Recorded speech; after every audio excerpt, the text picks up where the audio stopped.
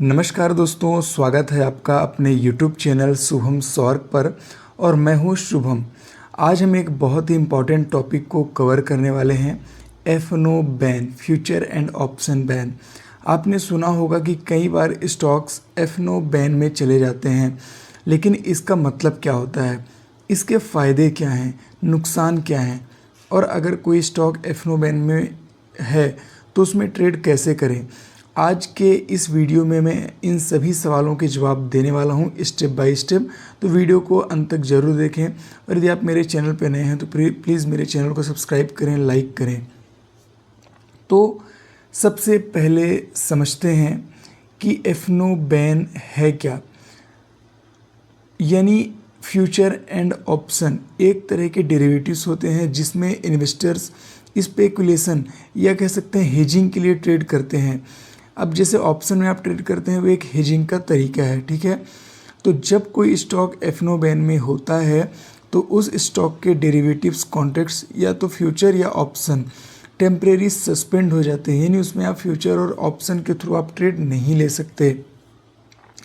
ये तब होता है जब स्टॉक का ओपन इंटरेस्ट देखा जाए, OI डेटा जो आप देखते हैं उसकी मार्केट वाइड पोजीशन लिमिट का 95% या उससे ज़्यादा हो जाता है।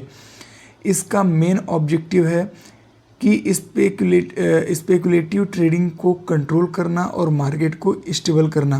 क्योंकि क्या होता है, जब अपने कैपेसिटी से ज़्यादा OI डेटा वहाँ पे लग जाते हैं, बन जाते हैं, तो वहाँ पे मार्केट स्टेबल नहीं रहता है और कई सारी चीज़ें ऊपर नीचे की जा सकती हैं। तो उसको रोकने के लिए यहाँ पे NSE या BSE के थ्रू यहाँ पे एक इनिशिएटिव लिया जाता है। इसको एक एग्जाम्पल से हम समझते हैं। तो एग्जाम्पल रहेगा PNB बैंक का, ठीक है। तो अगर पंजाब नेशनल बैंक का स्टॉक एफ&ओ बैन में चला जाता है तो इसका क्या मतलब है।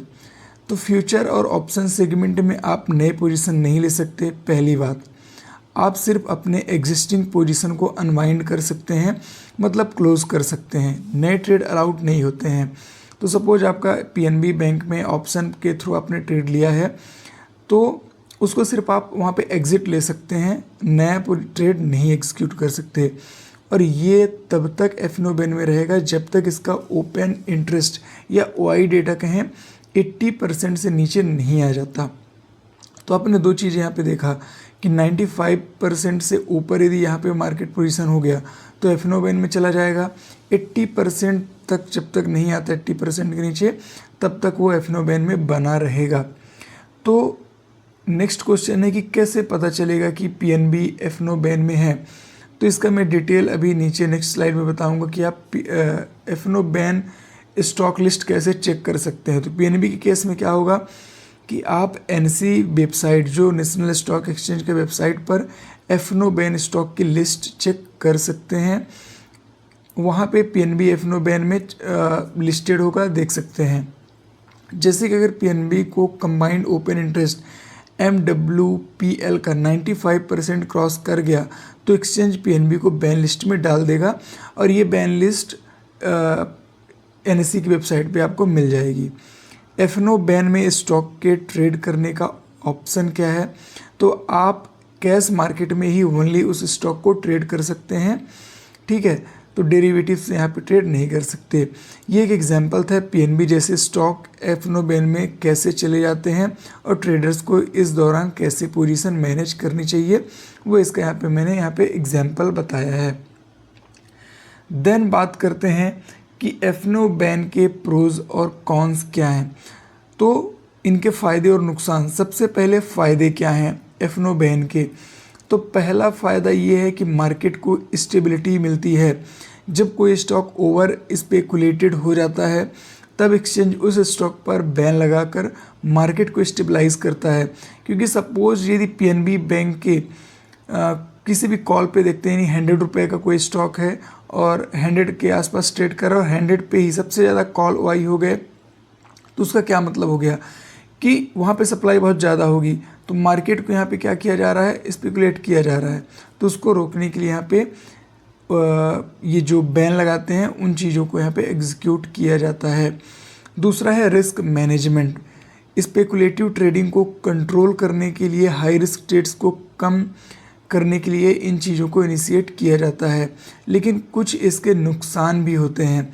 जैसे पहला है कि लिक्विडिटी की कमी हो जाती है।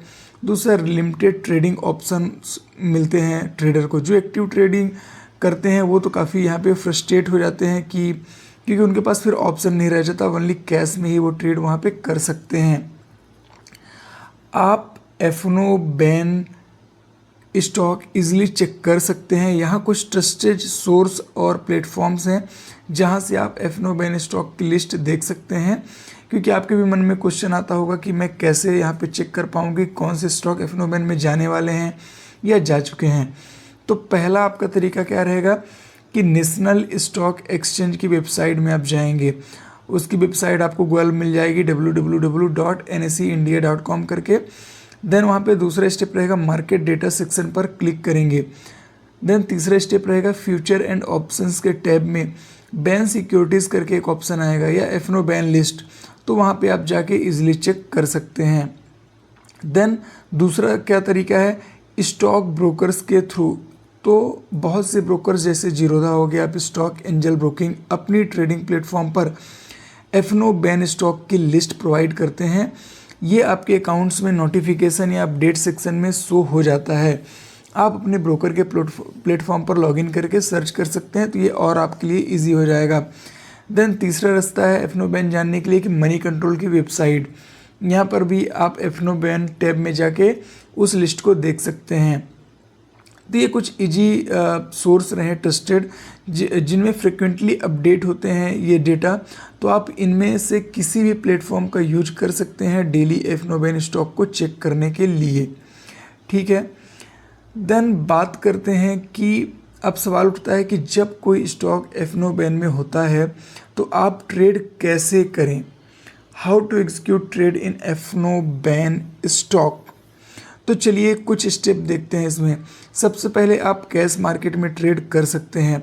जी हाँ, जैसे पीएनबी बैंक एफनो बैन में गया, तो ऐसा नहीं कि आप इसमें ट्रेडिंग ही नहीं कर सकते, वही फ्यूचर और ऑप्शन वहाँ पे रिस्ट्रिक्ट हो जाता है। तो आप कैश मार्केट में पहला तो यहाँ पे ट्रेड कर सकते हैं, लेकिन हाँ दूसरा आप इंट्राडे ट्रेडिंग कर सकते हैं। एफनो बैन के दौरान इंट्राडे ट्रेड्स अलाउड होते हैं, लेकिन आप लीवरेज यूज नहीं कर सकते हैं एफनो बैन में।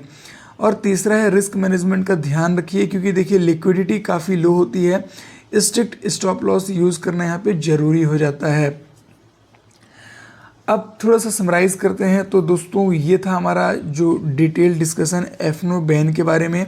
यहाँ पे हमने समझा कि एफनो बैन होता क्या है, इसके फ़ायदे और नुकसान क्या है, और एफनो बैन स्टॉक में ट्रेड कैसे करें। अगर आपको ये वीडियो इन्फॉर्मेटिव लगा हो तो ज़रूर लाइक करें और चैनल को सब्सक्राइब करें, और हाँ बेल आइकॉन दबाना ना भूलें ताकि आपको हमारे नए वीडियोस की अपडेट्स मिलती रहे। आपका कोई यहाँ पे पर्सनल सवाल है तो कमेंट में आप डाल सकते हैं। मैं यहाँ पे हर सवाल का जवाब देने की कोशिश करूँगा। तब तक के लिए सेफ ट्रेडिंग करें और हैप्पी इन्वेस्टिंग। मिलते हैं अगले वीडियो में। धन्यवाद।